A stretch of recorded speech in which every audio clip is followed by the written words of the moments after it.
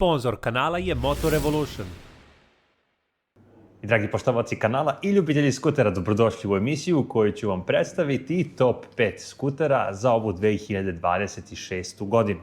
Pre nego što krenem, samo da spomenem to da među tim novitetima nema japanskih proizvođača. A složit ćete se sa mnom da recimo Yamaha i Honda nisu predstavile velike novitete za predstojeću godinu i pored toga što moram naglasiti da je meni najlepši skuter na ovoj ikmi bio upravo XADV 750 u onoj plavo-beloj boji. Možda čak i najlepša od svih. Dobrodošli u udruženje na 2 točka. Da krenemo. Jedan od njih je Vođ 450X. Snažan agregat, puno opreme, dopadljiv izgled i žičane felne i da ne nabrajam tako dalje i tako bliže. Mislim da će ovaj model da bude stvarno jedan od većih noviteta, ono što bi vi mladi rekli i bumova na našem tržištu. Sačekamo leto pa da vidimo šta će se desiti sa njim. Dosta podsjeća na XADV, na Zontesov 368G. Verujem da Vođ želi da se umeša u ovu bitku za prestiž i da svojim korisnicima, odnosno budućim korisnicima, ponudi nešto novo. Da li su zakasnili, da li su plasirali svoj proizvod na vreme, procenite sami. Još jedan novitet koji nas najvjerovatnije očekuje sredinom 2026. godine je SIM sa oznakom TTLBT 508. TTLBT, kad bi se prevelo sa italijanskog na naš jezik, to bi manje više značilo zverska kornjača. Ovo je praktično redizajniran model njegovog prethodnika, SIM TL508, samo je sklopljen i napravljen da bude jedna putna verzija. Sve ovo što vidite na ekranu je standardni, odnosno jedan jedini, koliko ja znam, paket opreme koji uključuje ova dva bočna kofera koji su u boji celog motora. Centralni nosač kofera takođe ide uz ovaj model, a ono što je interesantno, a to je da je totalno prilagođen jednom kruzerskom načinu vožnje, što pokazuje i veličina njegovog rezervoara od 16 litara, dakle nije 12, ono na ikmi je bila, verovali ili ne, greška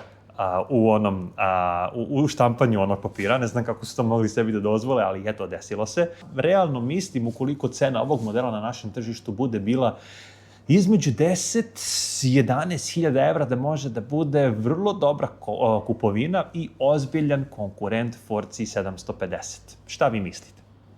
Još jedan novitet dolazi nam od strane Kimca, a u pitanju je Kymco XTR 350.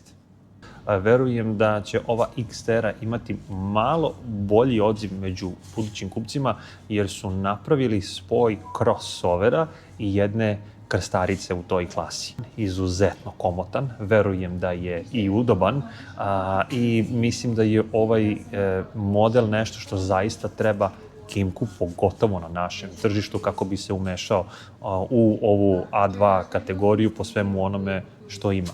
Takođe, opet, još jedan lep paket opreme, grejači ručica, TFT monitor, odnosno ekran, takođe onako solidan pozamašan prostor ispod sedišta i jednostavno mislim da je ovaj dizajn nešto što odgovara našem tržištu i generalno Evropljanima. U moru konkurencije A2 klase tu nam se nalazi i ciklonova, odnosno pedina krstarica, ultrafuturistička peda, odnosno ciklon RT5.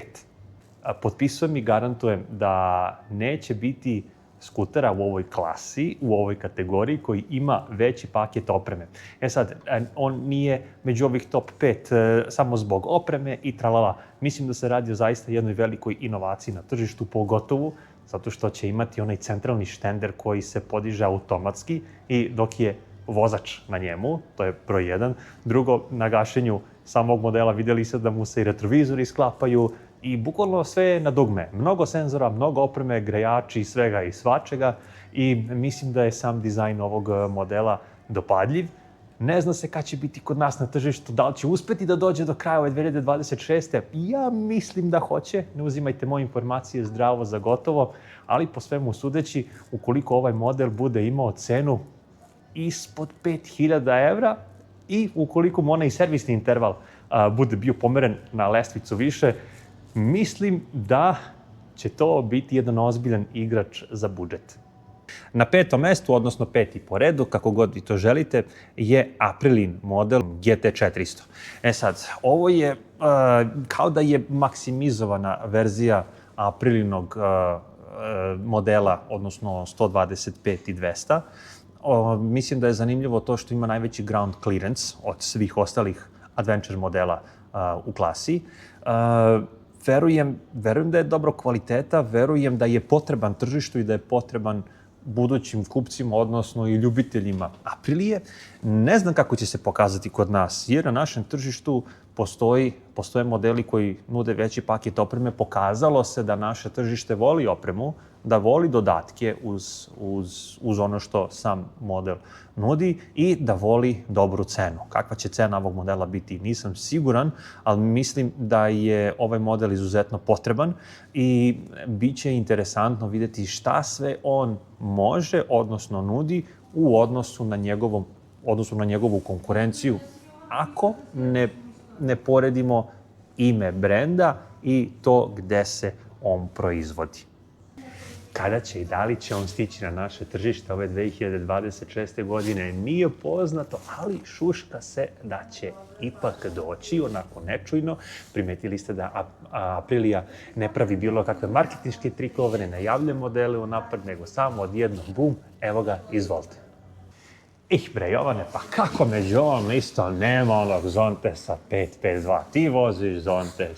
Šta se to dešava? 552 serija nije na ovoj listi jer smatram da proizvod koji je predstavljen tamo na štandu nije finalan i nije konačan proizvod. Svakako da ni ovi prethodni nisu možda već spremni za vožnju, osim njih par. Mislim da 552 koncept još malo treba da se doradi pre nego što donekle i zasluži da bude predstavljen na ovakvoj listi noviteta. Svakako da je on interesantan, ali ja bih voleo da sačekam. Kako bi izgledala vaša lista top 5 modela sa IKME koje smo imali priliku da vidimo na kanalu? Da li smatrate da neki model sa ove liste ne treba da bude na njoj?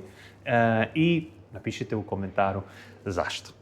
Dozvolite takođe ovom prilikom da vas pozovem da se pridružite udruženju na 2 točka, popuste i benefite svega toga što nudi udruženje, pogledajte u opisu videa. Mnogo hvala domaćinima kuće Motorlanda koji su mi dozvolili da njihov salon koristim kao studio. Ne želim da se javljam iz svoje dnevne spavaće sobe. Zašto bi to radio kada postoji jedna ovakva lepa pozadina? I ostavite vaše utiske o svim ovim novitetima i modelima koji nas očekuju u ovoj 2026. godini. A do nekog našeg narednog susreta i viđenja, ja vam želim svako dobro i bezbednu vožnju. Ćao, čao!